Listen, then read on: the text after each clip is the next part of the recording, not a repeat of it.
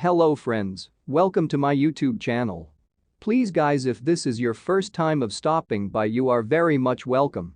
To support this channel, please kindly subscribe and share. Do not forget to hit on the notification button so as to get the latest updates. Black male immigrants are less likely to be approved for United States citizenship than white immigrants, a new study released this week shows. Researchers at the University of Southern California analyzed more than 2 million citizenship operations filed by U.S. permanent residents between October 2014 and March 2018 and found racial difference among those whose operations were approved. Black immigrants, researchers say, have been denied citizenship more frequently than any other racial and ethnical group.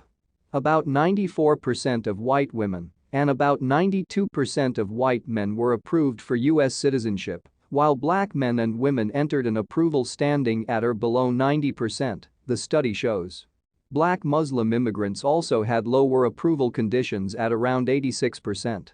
The data anatomized by researchers didn't include details about logic behind each operation denial, a crucial piece of information that would help determine what leads to the difference, said Emily Ryo, the lead author for the study and a professor of law and sociology at the USC Gould School of Law.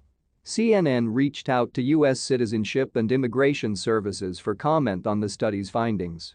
But Ryo said the approval difference could stem from the country's long history of using race, and gender as bases of rejection in civil legislation.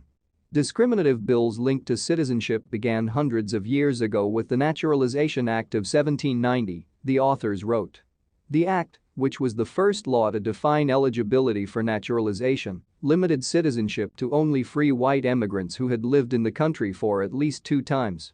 In 1870, Congress amended the law's conditions to include people of African descent, but Ryo said those old conceptions can continue clouding the judgment of immigration authorities who have the power to grant or deny citizenship. Ryo noted the aspirants considered in the study lived in the country for a non-stop period of time, numerous were long-term residers, and immigrants frequently witness a set of disadvantages and demarcation in other areas that could potentially impact their immigration operations. For illustration, if black immigrants might be more targeted by law enforcement than white immigrants, that disadvantage and targeting will come inflated over time as they try to seek citizenship, Ryo said.